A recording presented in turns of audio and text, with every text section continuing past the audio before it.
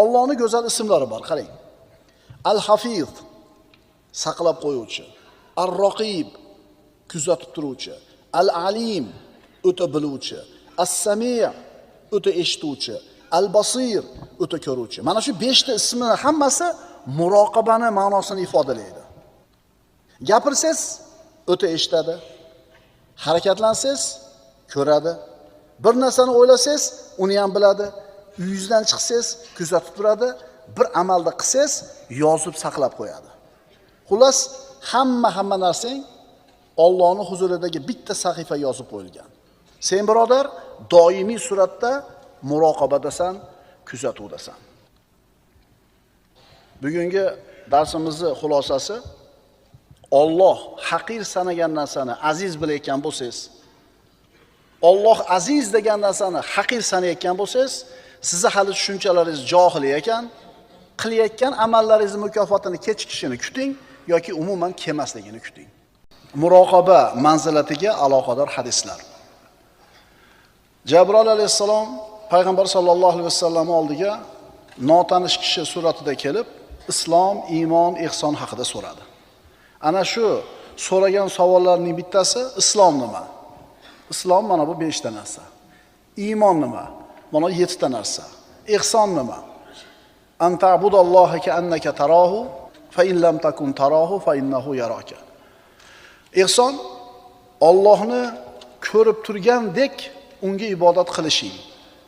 Garchi Allohni ko'ra olmasang ham, u seni ko'rib turadi. Ya'ni Alloh meni doim ko'rib turadi degan e'tiqodda turish va mana shu hisni doimiy suratda qalbingizda bor bo'lishligi sizni muroqaba holiga olib keladi. Muroqaba manzilati nima?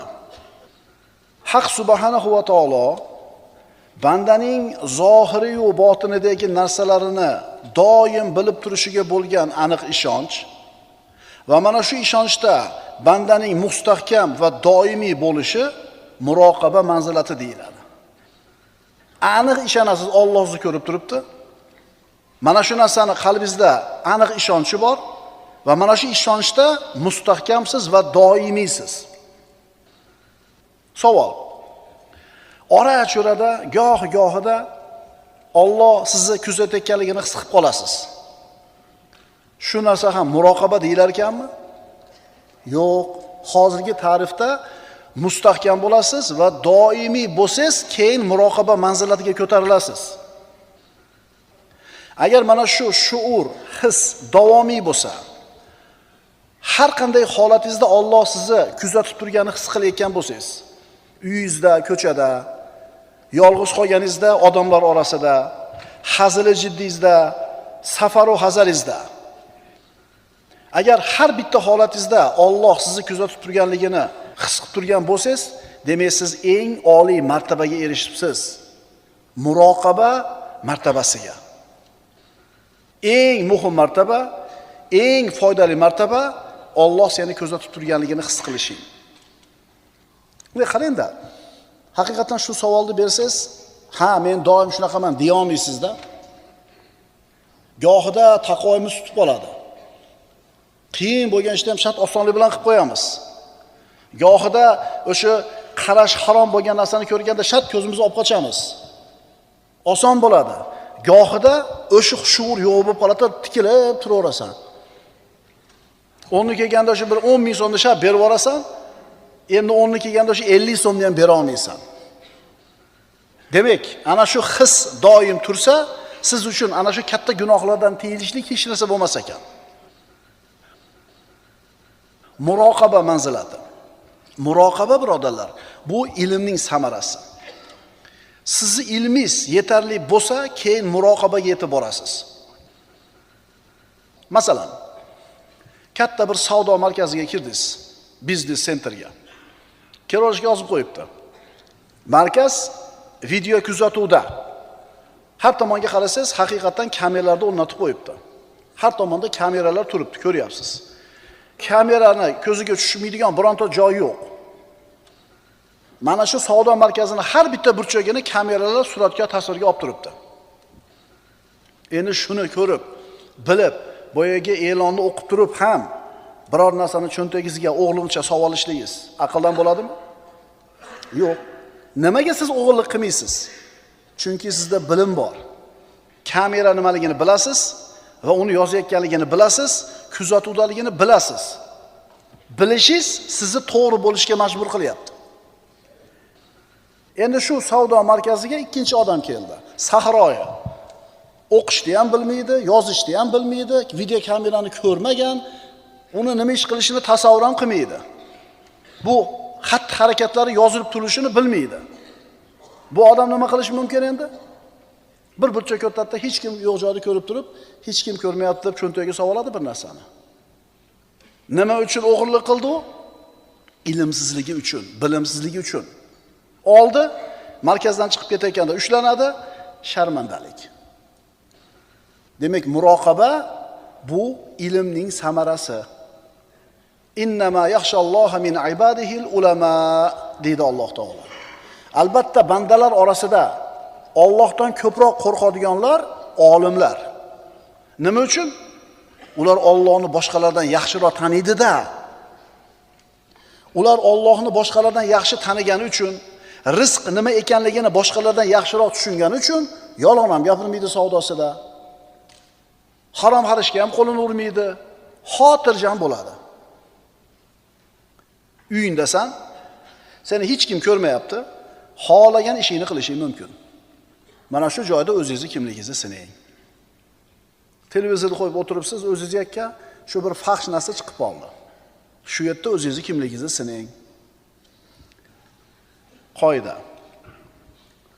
Yolg'iz qolganida ham bandani ma'siyatdan to'sadigan taqvosi bo'lmasa, Alloh uning biron amaliga parvo qilmaydi. Qaytaramiz. Bir banda yolg'iz qolganda ham uni shu yolg'iz qolgan holatda gunohdan to'sadigan taqvosi bo'lmasa, Alloh bunaqa bandani bironta amaliga parvo qilmaydi. Chunki uni amallari riyo, xo'ja ko'rsin, suma. Buni o'rniga ko'chada ham bir xil, uyda ham bir xil bo'lsa-chi? Siri oshkorasi bir xil bo'lsa-chi? Mana shu odam haqiqiy najotga erishadi. Shuning uchun payg'ambarimiz aytadilar: "Rak'atani min wara'in khayrun min alfi rak'atin min mukhallatin." Taqvo bilan, vara' bilan o'qilgan 2 rakat namoz gunoh savob aralashib o'qilgan 1000 rakat namozdan afzal. Demak, muroqaba ilmning samarasi ekan. Allohni qancha yaxshi tanisangiz, dinni qancha yaxshi tushunsangiz, demak muroqabangiz martabasi, darajasi shunga yarasha bo'ladi. Muroqaba martabasi haqida aytilgan so'zlar. Kim doim Allohni o'zining fikrida, o'yida tutsa, kuzatib turganini qalbi bilan his qilsa, bas Alloh bu bandani adashib ketishdan saqlaydi. Bu doim hayolingizda, o'yingizda turishni misoliga Umar ibn Xattob roziyallohu anhu bilan ana shu sahrodagi bir cho'ponni hodisasi bizga misol bo'ladi. Umar ibn Xattob xalifa safarda ketayotdi hamrohlari bilan, sahroda bir qulni qo'y haydab yurganini ko'rdi. Haligini sinamoqchi, imtihon qilmoqchi bo'ldi-da, chaqirib turib, qo'ylardan bittasini menga sotmaysanmi dedi. Haligi aytdi: "Men qulman. Qo'ylar meniki emas, qo'ylar sayyidimniki" dedi. "Menga pul kerak" dedi. "Ha, bo'ri yeb ketdi deb qo'yasan, bittasini sotaver, pulni beraman senga" dedi. Deganda cho'pon aytdiki: "Xo'jayinim oldida men ishonchli odamman. Agar bo'ri yeb ketdi desam ishonadi, ammo Allohchi" dedi. Ana, doimiy suratda Allohni yodida tutib turishligi, Alloh uni kuzatib turganligini his qilganligi shu gapni aytishiga sabab bo'ldi. O'sha boya gapda, o'sha yolg'iz qolganingizda gunoh ro'paringizga kelganda shart yuzi o'gira oldingizmi? Demak, Alloh yodingizda turuvdi. Gohida inson o'zini o'y hayoliga erkinlik beradi. Shunda uni ko'nglidan Alloh norozi bo'ladigan ishlar o'tadi. Ma'siyatni tasavvur qiladi va o'sha ma'siyatni qilayotganligini ko'z oldiga keltiradi. Allohdan uni uzoqlashtirib qo'yadigan amallarni o'ylay boshlaydi. Agar mana shunday holat o'zini oqimiga tashlab qo'yilsa, katta gumon bilan ana shu o'y hayollar amalga aylanib ketadi. Alloh azza va jalla bandaning hayoliga kelgan narsa uchun hisob kitob qilmaydi, jazolamaydi. Bu aniq. Ko'nglimizdan, hayolimizdan o'tgan narsaga bizni Alloh taolo hisob kitob qilmaydi. Ammo hozir aytyapmiz, agar banda o'yiga, hayoliga kelgan narsani o'z holiga tashab qo'ysa, gunoh, ma'siyat bo'lgan fikrlarni to'xtatmasa, jilovlamasa, bir kun kelib oyog'ini toyilib ketishi bor. Ana shu o'y fikrlar amalga aylanib ketishining xavfi bor. Ana shu katta gunohlarni qilib qo'ygan odamlar bor. Ular ham o'zi aslida mana shu gunohni qilishni xohlashmagan. Shunga kirib qolishdi, oyog'i toyilib ketdi. Nimaga? Hozir biz aytayotgandaqa o'y fikriga erkinlik bergan, o'sha qarash kerak bo'lmagan tomonga bir qarab qo'ygan, ikki og'iz hazillashib bir so'z otgan, tabassum qilgan, gaplashgan, va'dalashgan, uchrashgan, keyin fahsh bo'lgan. Demak, ana shu katta gunohlarga kirib qolganlarni shu gunohga tushib qolishligining asosiy sababi o'y hayoliga erk berishlik. Shuning uchun ehtiyot yuzasidan, taqvo yuzasidan o'y hayolingga erkinlik berma, birodar. Gunoh, ma'siyat haqida fikr qilma. Ha, bu o'y fikring uchun hisob kitob qilinmaysan, ammo buni orqasida katta xatar bor. Vaqt o'tishi bilan ana shu o'ylaring sekin astalik bilan amalga aylanib qolishi mumkin. Voqelikda ana shu ma'siyatga duch kelgan paytingda unga qarshi turgani zaiflashib qolasan. Insonni o'yidan, insonni qalbidan o'tadigan narsa 6 xil bo'ladi.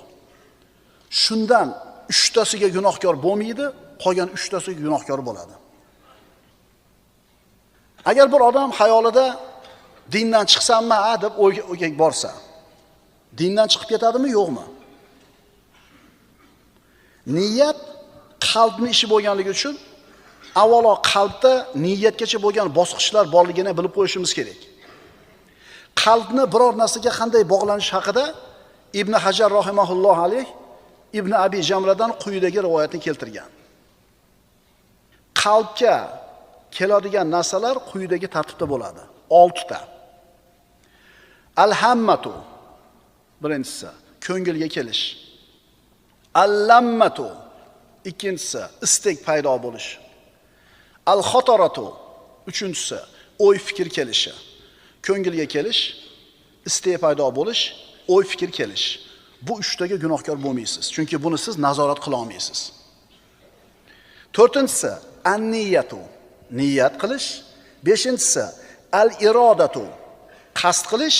6-tinchisi, al-azimatu, azmi qaror qilish. Mana bu 3tasiga gunohkor bo'lasiz endi. Ma'qulmi? Birinchi 3tasi ko'ngilga kelishi, istek paydo bo'lishi, o'y fikr kelishi, bu siz kontrol qila olmaysiz, nazorat qila olmaysiz buni. Unga gunohkor bo'lmaysiz. Ammo undan keyingi 3tasi niyat, qasd, azmi qarorga gunohkor bo'lasiz. O'shuning uchun boshidagi 3tani yo'q qilib qo'ying-da. Keyingi 3talikka yetmay qo'yarasiz. Auzu billahi minash shaytonir. Shayton nimalarni olib kelmaydi hayolingizga? Shunaqa bir noma'qul, umuman insonda tabiatiga to'g'ri kelmaydigan fikrlarni, o'ylarni olib kelgan paytda inson boshida bo'g'ib qo'ysa bu fikrlarni, keyin niyat qilmaydi, qasd qilmaydi, azmi qaror bo'lmaydi. Shuning uchun birodarlar, bunda o'sha oxirgi 3tasida gunohkor bo'ladi. Yana bir karra takrorlaymiz.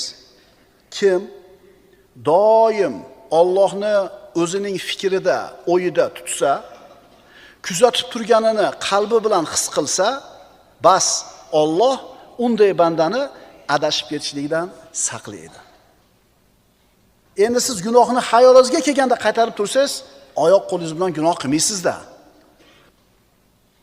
Alloh azza va jalla ana shu gunoh ma'siyatni boshida hayolida yo'q qiladigan, Alloh taoloni doimiy suratda kuzatib turganligini his qilib turadigan bandalardan bo'lishimizga tavfiq bergan bo'lsin. Buradagi manzilatlarning eng muhimlaridan muroqaba manzilati. Agar inson Alloh uni kuzatib turganiga ishonchi komil bo'lsagina to'g'ri yo'lda davomiy turadi. Va mana shu bilan ikki dunyoda saodatli bo'ladi. O'zi bu darslarimizni avvalida aytganmiz, payg'ambarimiz sollallohu alayhi vasallamning huzuriga Jabroil alayhissalom notanish odam suratida kelib, islom haqida, iymon haqida, ihson haqida so'radi. Ihson nima deb so'raganida Rasululloh aytdilar: "Anta abudalloha ka annaka tarahu." Allohga xuddi uni ko'rib turganingdek ibodat qilishliging. Ihson shu. Ihson martabasi. Fa in lam takun tarahu fa innahu yaraka. Garchi sen Allohni ko'ra olmasang ham, u seni ko'rib turadi. Mana shu muroqaba manzilati. Alloh meni doim kuzatib turadi. Har qanday holatda, har qanday sharoitda, qanday qadam bossam, qanday so'z aytsam, Alloh meni kuzatib turadi degan e'tiqod bo'lsa insonda va bu doimiy suratda qalbida, aqlida turadigan bo'lsa, inson saodat topmay iloji yo'q. Bugungi mavzuimiz muroqaba manzilati. Muroqaba Alloh seni doim kuzatib turishini his qilishing. Birinchi oyat. Astagfirullah.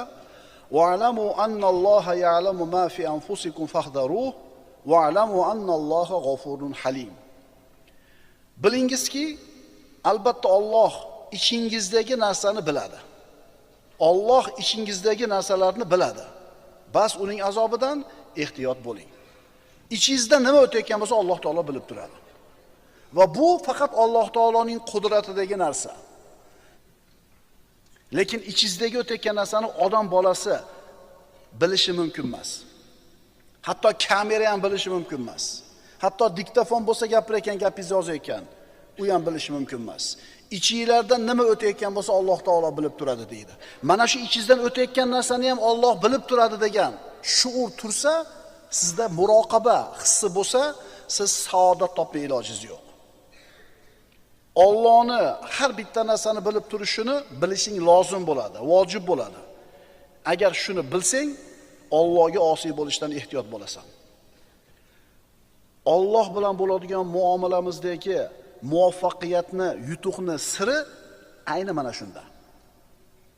Qaytaraman, Alloh bilan qilayotgan muomalamizda yutuqqa, muvaffaqiyatga erishishni xohlaydigan bo'lsak, uni siri shunda. Alloh meni doim ko'rib turadi, doim bilib turadi. Ikkinchi oyat. Astagfirullah. Va kana Allohu ala kulli shay'in raqiba. Alloh barcha narsa ustida kuzatib turguvchi bo'lgan zotdir. Hamma narsani Alloh taolo kuzatib turadi. Milliard daraxt bor yer yuzida. Va undan ham ko'proq barglari bor. Ana shu barglarning har bittasini tevaga ko'tarilib shabadada pastga tushishini, qaysi tomonga egilishini, qaysi tomonga qimillashini Alloh kuzatib turadi. Dengizda son sanoqsiz to'lqinlari qayoqqa ko'tarilib qayoqqa urildi, nechta ko'pik chiqdi, toshga borgani qancha, yetmasdan uchib qolgani qancha, buni ham kuzatib turadi. Sahroda siz bilan bizni kalkulyatorlarimizga sig'maydigan darajada katta miqdorda qum donalari bor. Bir qoshiq devzira guruchda 1200 dona bo'ladi. Xomi. Yo'q, guruch ko'zingizga ko'rinadi, qo'lingizga ushlab ko'rsangiz bo'ladi. Shu guruchdan 1200 ta yoki 1,5 ta sig'sa bir qoshiqqa. Endi bir qoshiq qum qancha bo'ladi sanog'i? 1 yil sanasangiz kerak pensiyatda olib. Lupani taqib olgansiz bitta, ikkita, shu domla aytib qo'ymagan ekan, shu bir qoshiq qumda ham qancha bo'lishini. Bir hovuch qumda qancha dona bor? Bir paqir qumda qancha dona bor? Zarra. Bir arava qumda qancha bor? Umringizni oxirigacha sanaysiz agar bir arava qum to'kib qo'ysa. Endi Sahroy kabirni ko'ryapsizmi? Sahara deydi. Ana shu qum donalarini har bittasi qayoqqa og'di, shabadada qayoqqa qimilladi, qumni yuzasi qanaqa formaga keldi? Har bittasini Alloh kuzatib turadigan qudrati bor. Endi sizni qilayotgan ishingiz, aytayotgan gapingiz, o'ylayotgan fikringizni kuzata olmaydimi, bilmaydimi Alloh? Ana birodarlar, ihson martabasi nima edi? Allohni ko'rib turgandek ibodat qilishing. Endi biz ko'ra olmaymiz Allohni bu dunyoda. Inshaalloh jannatda ko'ramiz. Ammo Alloh seni doim ko'rib turadi. Shuni esdan chiqarmasang, senga kamera nablюдениyaning ham keragi yo'q. Revizorni ham keragi yo'q, hech kimga keragi yo'q. Chunki qorovulning ichingda. Ma'qulmi? Agar kimdir kuzatuv ostida ekanligini bilib qoladigan bo'lsa, juda ham to'g'ri odam bo'lib qoladi. Aytadi-da, sen deydi, sen nazoratda ekansan, seni kuzatyapti ekan deydi. Bo'ldi, telefondagi gaplarini terib gapiradi. Ijtimoiy tarmoqqa yozayotgan narsalarni o'ylab qo'yib, o'ylab yozadi, o'ylab qadamini bosadi, qo'yinki juda ehtiyotkor bo'lib qoladi. Bu o'zingga o'xshagan odam seni kuzatayotganligini bilsang, kuzatuvda ekanman degan shuur bo'lsa, shuni ehtiyotkor bo'lib qolasan. Ha, u diktofon ishlamay qolishi mumkin, yozayotgan bo'lsa. Kamerasi o'chib qolgan bo'lishi mumkin, batareykasi o'chib. Qarang, ana shu kuzatuv qilayotgan taraf seni so'zingni yozib olishi mumkin. Kamera bo'lsa, harakatlaringni tasvirga olib qo'yishi mumkin, lekin u hech qachon qalbingdan nima o'tayotganligini bilmaydi. To'g'rimi? Ammo Alloh azza va jalla albatta biladi. Birodar, Alloh meni doim kuzatib turadi degan shuurni qalbingda doimiy turishi seni saodatli qiladi. Senga qarab turibdi, kuzatib turibdi, eshitib turibdi, qalbingga kelgan, xayolingdan har bitta o'tgan narsadan xabardor. Bu faqat Alloh subhanahu va taoloning o'zi. Va kana Allohu ala kulli shay'in raqiba. Alloh barcha narsani ustida kuzatib turguchi bo'lgan zotdir. Faqat seni emas. Alloh taoloni kuzatishi faqat seni ustingda emas, butun mahluqotlarning ustida. Seni do'stingni ham kuzatayotgan Alloh, dushmaningni ham. Qushlarni ham, baliqlarni ham, parandalarni ham, darandalarni ham Alloh taolo kuzatib turadi. 3-oyat. Astagfirullah. Va huwa ma'akum aynama kuntum vallohu bima ta'maluna basir. U Alloh sizlar qayerda bo'lsangizlar, u sizlar bilan birgadir. Alloh qilayotgan amallaringizni ko'rib turguchidir. Allohning biz bilan birgaligi qanaqa? Qayerda bo'lsanglar ham Alloh sizlar bilan birga deganda, bu umumiy birgalik. Mo'min bilan ham, kofir bilan ham Alloh birga. Uni kuzatib turishi bilan, o'zini ilmi bilan. 4-oyat. Astagfirullah. Alam ya'lam bi annalloha yara. Albatta Alloh ko'rib turishini bilmaydimi? Alloh seni ko'rib turadi, kuzatib turadi. 5-oyat. Astagfirullah. Fa innaka bi ayunina. Zotan siz shak shubhasiz bizning ko'z o'ngimizdadirsiz. Ya'ni bizni hifz-i himoyamizda, bizning kuzatuvimizda. Ya'ni men o'zim qarab turibman sizga degani. Men o'zim kuzatib turibman degani. Demak, inson Allohning nazarida uni ko'rib turadi. Yana bir ma'nosi, uni kuzatib turadi, saqlab turadi. Masalan, bu bola otasini ko'zida deb qo'yadi. Bu talaba meni ko'zimda deb qo'yadi. Nima degani? Men o'zim qarab turibman. Men diqqat qilib turibman, nazorat qilib turibman. Bee'tibor qolgani yo'q. Qayerdaligini bilib turibman. 6-oyat. Ya'lamu xoinatal a'yuni va ma tukhfis sudur. Alloh ko'zlarning xiyonatini ham, dillar yashiradigan narsalarni ham bilur. Vey, mana shu muroqaba degan hisni o'zimizda paydo qilib olsak va bu doim tursa, bizdan yaxshi odam qolmaydi yer yuzida. Biz qachon gunohga qo'l qo'yamiz? Qachon yolg'on gapiramiz? Qachon birodar haqqini yeymiz? Qachon namozga beparvo bo'lamiz? Qachon telefondan ko'zimizni uzolmaymiz fahsh chiqqanda? Alloh bizni kuzatib turganligini esdan chiqarib qo'yganimizda. Agar doim Alloh meni kuzatib turibdi degan his qalbimizda, aqlimizda, ongimizda tursa, undan tiyilishlik oddiy narsa. Demak, Alloh ko'zlarning xiyonatini ham biladi. Bironta maxluq ko'zingizni xiyonatini aniqlay olmaydi. Bu faqat Allohning qudratida. Shuning uchun doim aytamiz, agar bir erkak tabib ayol bemorni ko'rishga to'g'ri kelib qolsa, shariat unga ruxsat beradi, faqatgina ana shu ayolning og'riyotgan a'zosiga qarashlikka. Tamom.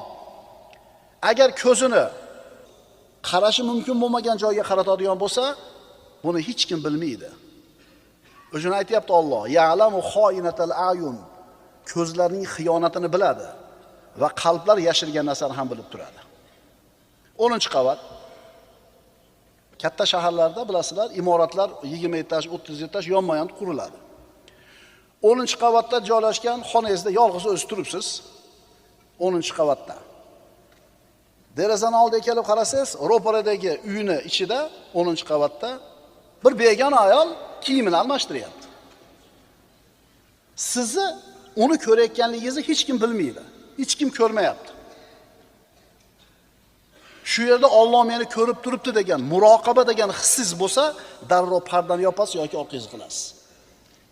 Agar shu his bo'lmasa nima qilasiz? Lekin aniq bilasiz. Alloh sizni aniq ko'rib kuzatib turibdi. Nima qilasiz? Ko'zingizni tiyasizmi yo tikilib qarab turaverasizmi?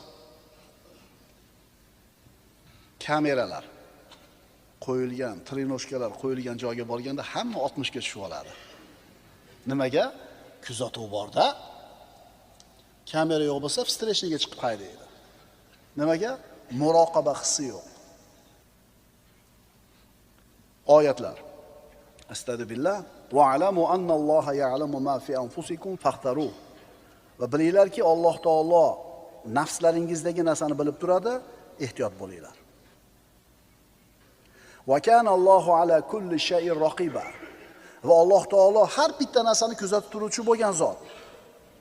Va huwa ma'akum aynama kuntum. Qayerda bo'lmanglar, Alloh sizlar bilan birga. Alam ya'lam bi anna Alloha yara. Axir Alloh uni ko'rib turganligini bilmaydimi? Fa innaka bi ayunina. Albatta siz bizning ko'z o'ngimizdadirsiz. Ya'lamu xoinatal ayuni va ma tukhfi sudur. Alloh ko'zlarning xiyonatini ham, qalblar yashirgan narsani ham biladi. Demak, bu oyatlar muroqaba mavzusini siz bilan bizga bayon qiladi. Bu oyatlarning ma'nolari siz bilan bizga muroqabada doim turishimizni da'vat qiladi. Muroqaba kuzatuv martabasi. Ya'ni Alloh taolo sizni kuzatib turganiga bo'lgan muroqaba manzilatiga aloqador hadislar. Jabroil alayhissalom payg'ambar sollallohu alayhi vasallam oldiga notanish kishi suratida kelib, islom, iymon, ihson haqida so'radi. Ana shu so'ragan savollarning bittasi islom nima? Islom mana bu 5 ta narsa. Iymon nima? Mana 7 ta narsa. Ihson nima? Anta'budalloha ka'annaka tarahu fa in lam takun tarahu fa innahu yaraka. Ihson Allohni ko'rib turgandek unga ibodat qilishing. Garchi Allohni ko'ra olmasang ham, u seni ko'rib turadi. Ya'ni Alloh meni doim ko'rib turadi degan e'tiqodda turish va mana shu hisni doimiy suratda qalbingizda bor bo'lishligi sizni muroqaba holiga olib keladi. Muroqaba manzilati nima? Haq subhanahu va taolo bandaning zohiri va botinidagi narsalarini doim bilib turishiga bo'lgan aniq ishonch va mana shu ishonchda bandaning mustahkam va doimiy bo'lishi muroqaba manzilati deyiladi. Aniq ishonasiz, Alloh sizni ko'rib turibdi. Mana shu narsani qalbingizda aniq ishonchi bor va mana shu ishonchda mustahkamsiz va doimiysiz. Savol. Ora-chorada, goh-gohida Alloh sizni kuzatayotganligini his qilib qolasiz. Shu narsa ham muroqaba deyilar ekanmi? Yo'q. Hozirgi ta'rifda mustahkam bo'lasiz va doimiy bo'lsangiz, keyin muroqaba manzilatiga ko'tarilasiz. Agar mana shu shuur, his davomiy bo'lsa, har qanday holatingizda Alloh sizni kuzatib turganini his qilayotgan bo'lsangiz, uyingizda, ko'chada, yolg'iz qolganingizda, odamlar orasida, hazili jiddingizda, safaru hazaringizda, agar har bitta holatingizda Alloh sizni kuzatib turganligini his qilib turgan bo'lsangiz, demak siz eng oliy martabaga erishibsiz. Muroqaba martabasiga. Eng muhim martaba, eng foydali martaba Alloh seni kuzatib turganligini his qilishing. Ve qarangda, haqiqatan shu savolni bersangiz, ha, men doim shunaqaman deya olmaysizda. Gohida taqvoyimiz tutib qoladi. Qiyin bo'lgan ishni ham shart osonlik bilan qilib qo'yamiz. Gohida o'sha qarash harom bo'lgan narsani ko'rganda shat ko'zimizni olib qochamiz. Oson bo'ladi. Gohida o'sha shuur yo'q bo'lib qoladi, tikilib turaverasan. O'nni kelganda shu bir 10 ming so'mni shab berib yuborasan, endi 10ni kelganda shu 50 so'mni ham bera olmaysan. Demak, ana shu his doim tursa, siz uchun ana shu katta gunohlardan tiyilishlik hech narsa bo'lmas ekan. Muroqaba manzilati. Muroqaba birodarlar, bu ilmning samarasi. Sizni ilmingiz yetarli bo'lsa, keyin muroqabaga yetib borasiz. Masalan, katta bir savdo markaziga kirdingiz, biznes centerga. Kirishga yozib qo'yibdi. Markaz video kuzatuvda. Har tomonga qarasangiz, haqiqatan kameralarni o'rnatib qo'yibdi. Har tomonda kameralar turibdi, ko'ryapsiz. Kamerani ko'ziga tushmaydigan bironta joy yo'q. Mana shu savdo markazini har bitta burchagini kameralar suratga, tasvirga olib turibdi. Endi shuni ko'rib, bilib, boyaga e'lonni o'qib turib ham biror narsani cho'ntagingizga o'g'limcha savolishligingiz aqldan bo'ladimi? Yo'q. Nimaga siz o'g'illik qilmaysiz? Chunki sizda bilim bor. Kamera nimaligini bilasiz va uni yozayotganligini bilasiz, kuzatuvdaligini bilasiz. Bilishingiz sizni to'g'ri bo'lishga majbur qilyapti. Endi shu savdo markaziga ikkinchi odam keldi. Sahroya. O'qishni ham bilmaydi, yozishni ham bilmaydi, video kamerani ko'rmagan, uni nima ish qilishini tasavvur ham qilmaydi. Bu xat harakatlari yozilib turishini bilmaydi. Bu odam nima qilishi mumkin endi? Bir burchak o'rtada hech kim yo'q joyda ko'rib turib, hech kim ko'rmayapti deb cho'ntagiga savoladi bir narsani. Nima uchun o'g'irlik qildi u? Ilmsizligi uchun, bilimsizligi uchun. Oldi, markazdan chiqib ketayotganda ushlanadi, sharmandalik. Demak, muroqaba bu ilmning samarasi. Innama yaxshalloha min ibadihil ulama deydi Alloh taolo. Albatta bandalar orasida Allohdan ko'proq qo'rqadiganlar olimlar. Nima uchun? Ular Allohni boshqalardan yaxshiroq taniydi-da. Ular Allohni boshqalardan yaxshi tanigani uchun, rizq nima ekanligini boshqalardan yaxshiroq tushungani uchun yolg'on ham gapirmaydi savdosida. Harom harishga ham qo'lini urmaydi, xotirjam bo'ladi. Uyindasan, seni hech kim ko'rmayapti, xohlagan ishingni qilishing mumkin. Mana shu joyda o'zingizni kimligingizni sinang. Televizorni qo'yib o'tiribsiz, o'zingizga shu bir faxsh narsa chiqib qoldi. Shu yerda o'zingizni kimligingizni sinang. Qoida. Yolg'iz qolganida ham bandani ma'siyatdan to'sadigan taqvosi bo'lmasa, Alloh uning biron amaliga parvo qilmaydi. Qaytaramiz. Bir banda yolg'iz qolganda ham uni shu yolg'iz qolgan holatda gunohdan to'sadigan taqvosi bo'lmasa, Alloh bunaqa bandani bironta amaliga parvo qilmaydi. Chunki uni amallari riyo, xo'ja ko'rsin, suma. Buni o'rniga ko'chada ham bir xil, uyda ham bir xil bo'lsa-chi? Siri oshkorasi bir xil bo'lsa-chi? Mana shu odam haqiqiy najotga erishadi. Shuning uchun payg'ambarimiz aytadilar: "Rak'atan min wara'in khayrun min alfi rak'atin min mukhallatin." Taqvo bilan, vara' bilan o'qilgan 2 rakat namoz gunoh savob aralashib o'qilgan 1000 rakat namozdan afzal. Demak, muroqaba ilmning samarasi ekan. Allohni qancha yaxshi tanisangiz, dinni qancha yaxshi tushunsangiz, demak muroqabangiz martabasi, darajasi shunga yarasha bo'ladi. Muroqaba martabasi haqida aytilgan so'zlar. Kim doim Allohni o'zining fikrida, o'yida tutsa, kuzatib turganini qalbi bilan his qilsa, bas Alloh bu bandani adashib ketishdan saqlaydi. Bu doim hayolingizda, o'yingizda turishni misoliga Umar ibn Xattob roziyallohu anhu bilan ana shu sahrodagi bir cho'ponni hodisasi bizga misol bo'ladi. Umar ibn Xattob xalifa safarda ketayotdi hamrohlari bilan, sahroda bir qulni qo'y haydab yurganini ko'rdi. Haligini sinamoqchi, imtihon qilmoqchi bo'ldi-da, chaqirib turib, qo'ylardan bittasini menga sotmaysanmi dedi. Haligi aytdi, men qulman. Qo'ylar meniki emas, qo'ylar sayyidimniki dedi. Menga pul kerak dedi. Ha, bo'ri yeb ketdi deb qo'yasan, bittasini sotaver, pulni beraman senga dedi. Deganda cho'pon aytdiki, xo'jayinim oldida men ishonchli odamman. Agar bo'ri yeb ketdi desam ishonadi, ammo Allohchi dedi. Ana, doimiy suratda Allohning yodida tutib turishligi, Alloh uni kuzatib turganligini his qilganligi shu gapni aytishiga sabab bo'ldi. O'sha boya gapda, o'sha yolg'iz qolganingizda gunoh ro'paringizga kelganda shart yuzi o'gira oldingizmi? Demak, Alloh yodingizda turuvdi.